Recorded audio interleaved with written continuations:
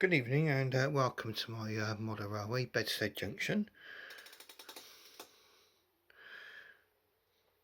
I'm looking at 4 locomotives tonight. Have a quick look at them all. Now, they're all Great Western engines, and 2 of the engines were commonly seen on the main lines, and the other 2 engines were very often seen on the branch lines of the Great Western Railway.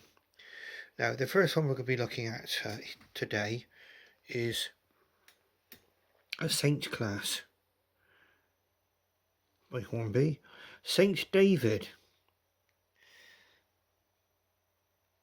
Look at that, a beautiful locomotive in Great Western green. See, it says Great Western on the tender. So that would have been what the Great Western locomotive would have looked like before British Rail was nationalised. These locomotives were the first 460s produced for the Great Western Railway. You can tell what a 460 is. 4 leading wheels, 6 driving wheels, then no trailing wheel under the cab. You can also tell by the design of the cab it's a Churchward engine. Instead of having a side window, they had the cutout at the back, and the cabs were a little bit smaller than the later cabs, which were designed by his successor Charles Benjamin Collett.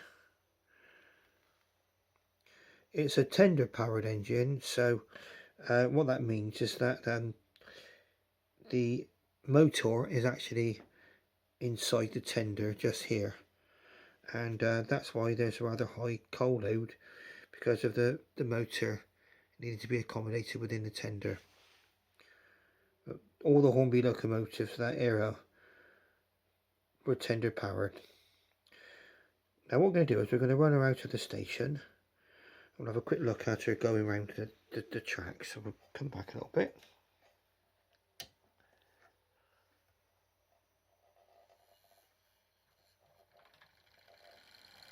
Nice and smooth.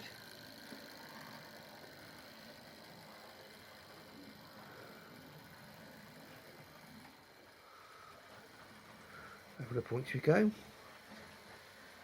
Now we'll pull down past the signal there. We need to just move forward and change the points, and then we'll just check the points over this side too. We'll see they're also set for the main line, and we'll just give her a quick run around the track.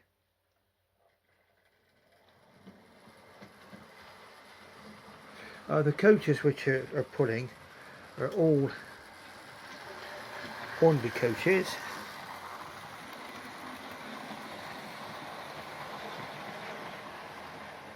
And as you can see, it's a nice runner. Now, the Saint class of locomotives were built in the early 1900s, and they went on serving the Great Western Railway and then the Western region of British Rail until the mid 1950s. I think with 1953 they were being finally retired. So they gave many years of service. And in fact, this particular one, I read in the book that had done over 2 million miles before it was actually decided to retire her. And unfortunately a decision was made that this particular example would not be preserved.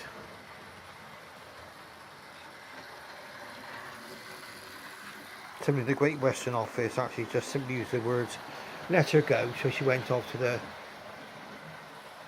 cutter's yard to be cut up. As you see, wonderful locomotive. They were 2-cylindered engines,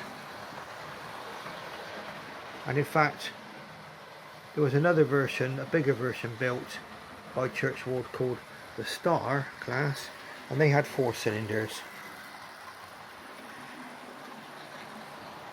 Well, I don't have an example of a Star. I mean to get hold of one as soon as I possibly can. You can see this one is running very, very well for Hornby.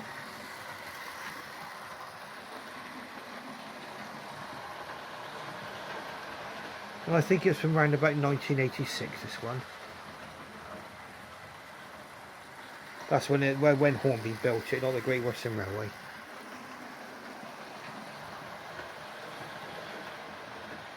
Now what we'll do is we'll give it one more circuit.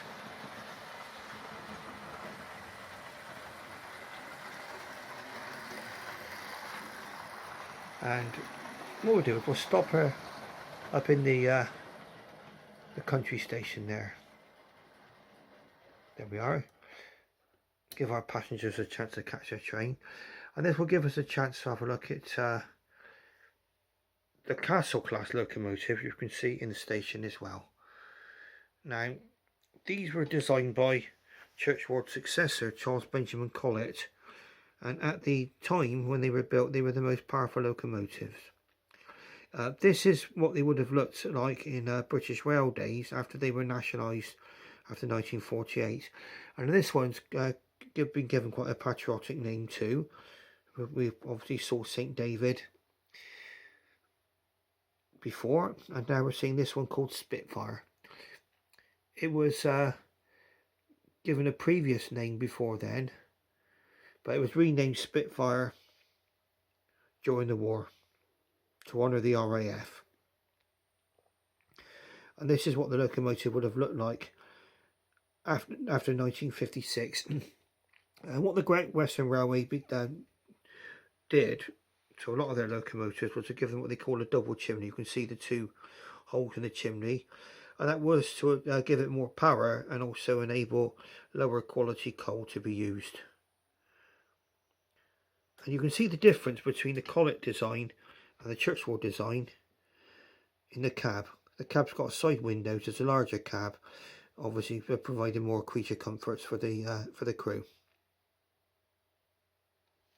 Okay, so what we'll do now is we're going to bring our Saint class round, and we're going to park her back into the station.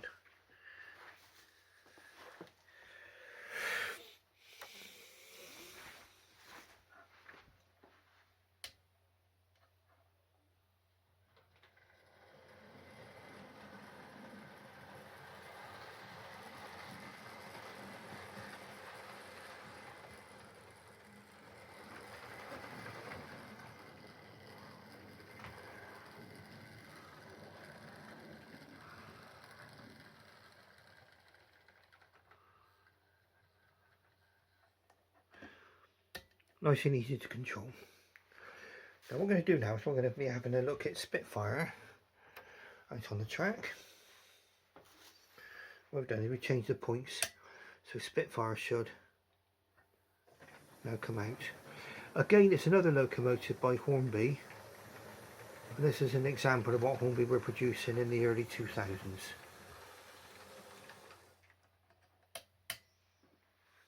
Just change the point for the main line. There we go. And we'll give this one a run. Now there is a difference between this one being a later Hornby model, in that the electric motor is actually situated inside the locomotive.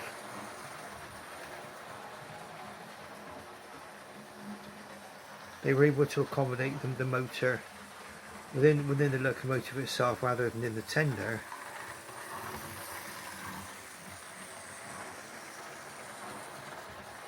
And these were being built right from the 1920s right up to the 1950s. Very, very successful locomotive. And they were only superseded in power on the Great Western Railway by the King class locomotive, which is a much larger version of this. Whereas there were over 150 made of these engines, there were only 30 Kings made. And they were made for the Crack Express locomotives between Paddington and the West Country. That's all they would be seen in our neck of the woods. As you see, it's a very nice runner. I bought these locomotives since the lockdown. I've got other locomotives which I had up in the attic. We brought these down, brought the actual layout down at the beginning of the lockdown, and I've rekindled my interest in modern railways.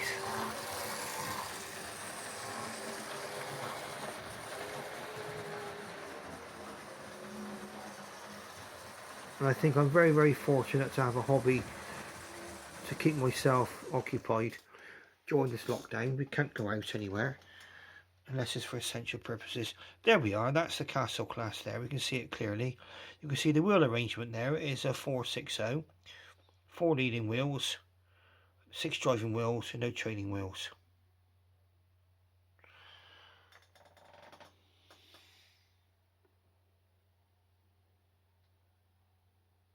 Yeah, look at that.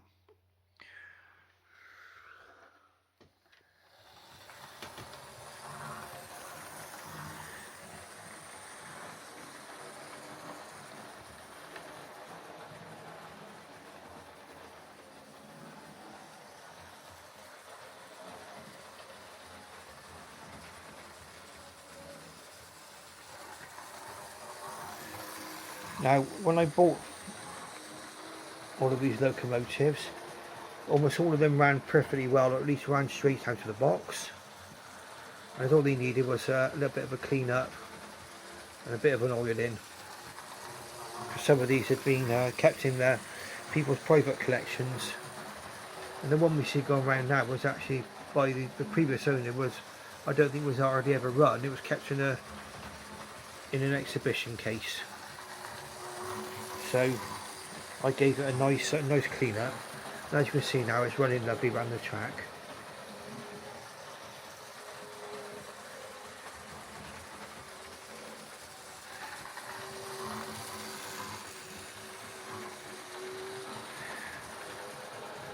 So what we'll do now is we'll be running our Castle class locomotive in, just stopping by the signal up there. We will try and put another signal in down here for the other junction. So much on my shopping list.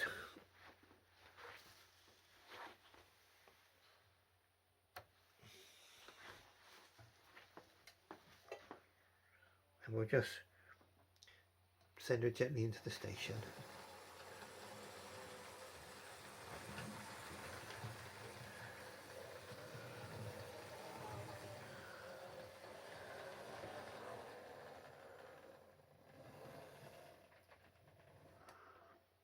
Perfect. There you can see both locomotives in the station there, having collected their passengers and taking them for a nice ride. So that's the Saint class, and you can see that as well the differences between the two as well with the chimneys. Explains about the double chimney. That's a single chimney, that's the double chimney. You can see differences between the two. Fantastic. Okay, so what I'm going to do now is we'll be having a look at the other two locomotives, which are in the other station just beyond us here. Now we'll change the points for the main line. There, that's beautiful. And we should change the points to bring this locomotive out, and we'll have a look at her.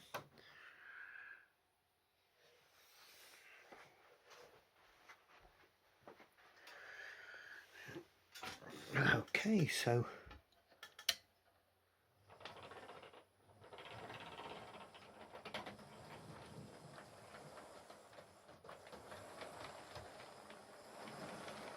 there we go.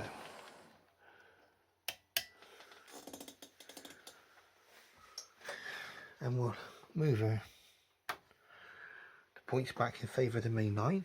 So we've got both points set for the main line now, so hopefully we won't send one train crashing into the back of the other. And we'll send around.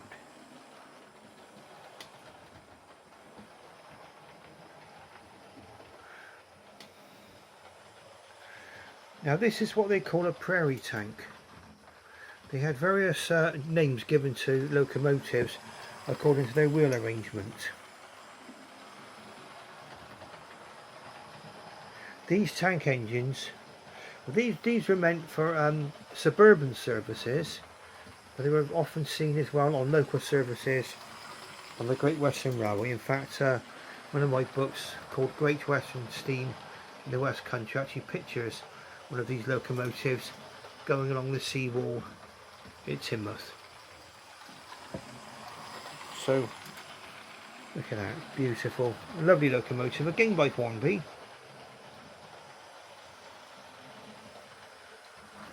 They have Hornby have come out with a later version of this locomotive, but in some ways I prefer to keep this one. The heritage goes right back to the 1970s. The body is virtually the same as used to be on the Airfix models of the 1970s. But then Hornby carried on using the body. The mechanics are very much different to the Airfix model. There's a different motor and everything. The newer version has got much more detail on it, according to reviewers, but it seems to be a little bit more delicate. This one here, the tank engine, and it is literally built like a tank. It's a wonderful model. Quite heavy. We'll put her in over here. Look at her. We'll see if we can see the wheel arrangement. Now, it's a tank engine because there's no tender. Okay, the coal is kept in a bunker attached to the locomotive. And this is a 262 wheel arrangement. So there are 2 leading wheels, 6 driving wheels, and 2 wheels under the cab.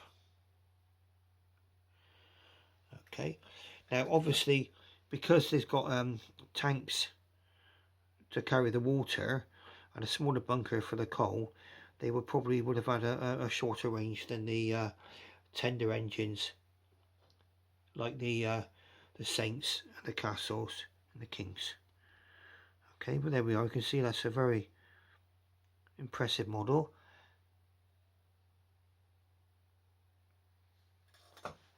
And it's called a large prairie. You'll see the why in a minute. Yeah, the large prairie saw service all over the western region of British Rail. And prairie tank locomotives are quite popular on branch lines on preserved railways as well.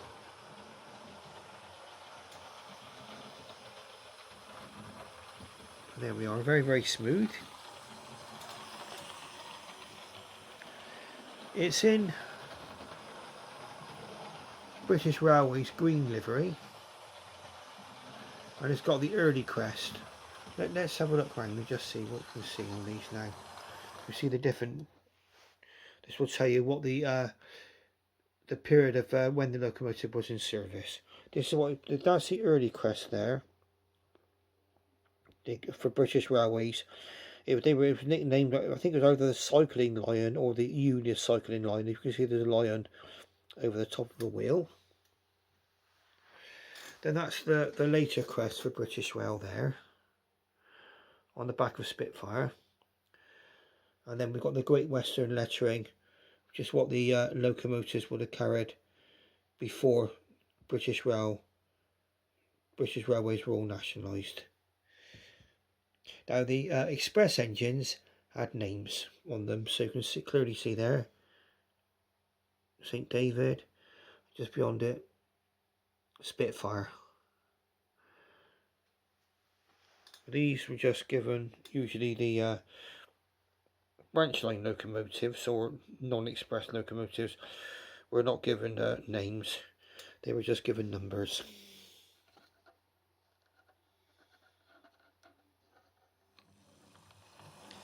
What I'm going to do is we're going to try and run this one in. Now, we just need to change the points back again. And we'll very, very carefully drive this one in.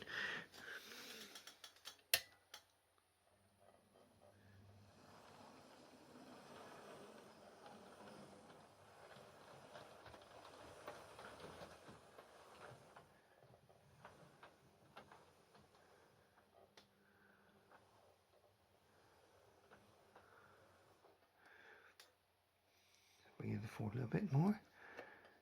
There we go. Now the last locomotive now is different to the others in that whereas the two here were by Hornby, and the large prairie tank you just saw was made by Hornby. This was made by another company called Lima, but it is in some ways related to Hornby. I'll go into that in just a moment. Okay, so we'll see if we can bring her carefully out.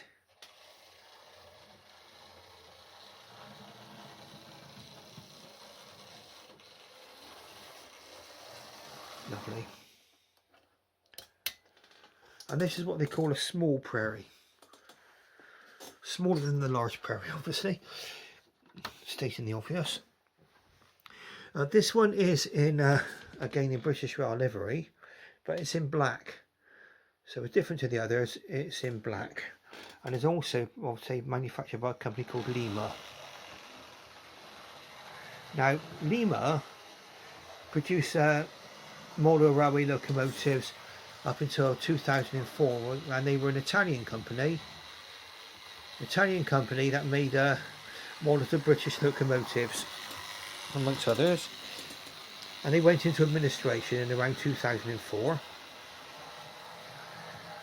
But they were, I think a lot of the company was absorbed into Hornby, and Hornby carried on using some of the original Lima designs. Now the small prairies were a branch line locomotive. You would see these on branch lines like the West Somerset Railway when it was under British Rail ownership and under Great Western ownership.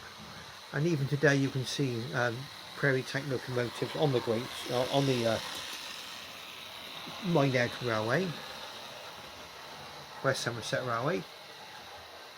That goes between Bishop Lydiard and Minehead. Now, I'll bring you around just so we can have a closer look in just a moment. It's pulling one coach, and that you can very often see some of these locomotives pulling just one coach on the smaller branch lines. They would sometimes pull one or two coaches. I've seen photos of these actually on the Princetown branch, and there we are. So that's the small prairie locomotive. Okay, you can again see it's a 262 prairie tank locomotive. Okay, and what we'll do is we'll run around the station, into the station in a moment. We were running around, and you can see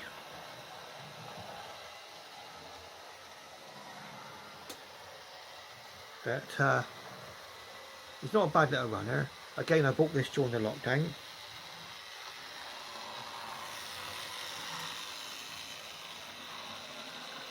All these locomotives bought during the lockdown, and I'll probably carry on buying them. And my hobby will now, I promise myself, this hobby will carry on even after the lockdown's over.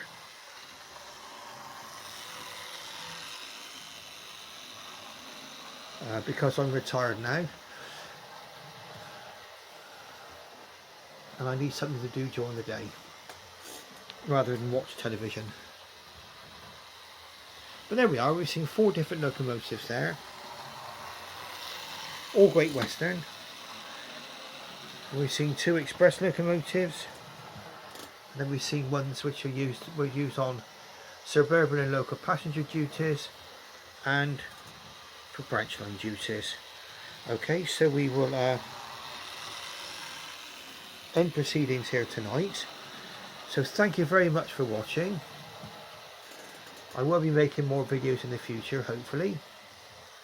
and we can talk about more about the aspects of model railways. And if I buy any new models, I will let you know, and I'll let you know what I think of them. Okay, so keep safe during the lockdown, and thank you very much, and thank you, and bye bye. And one thing, don't forget, if you like, press the like button.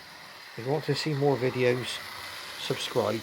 I will be sharing these videos also to Facebook, so you may be able to see them through Facebook. But I've now got this channel now called Paul Cherry Trains. Okay, thank you very much, and goodbye.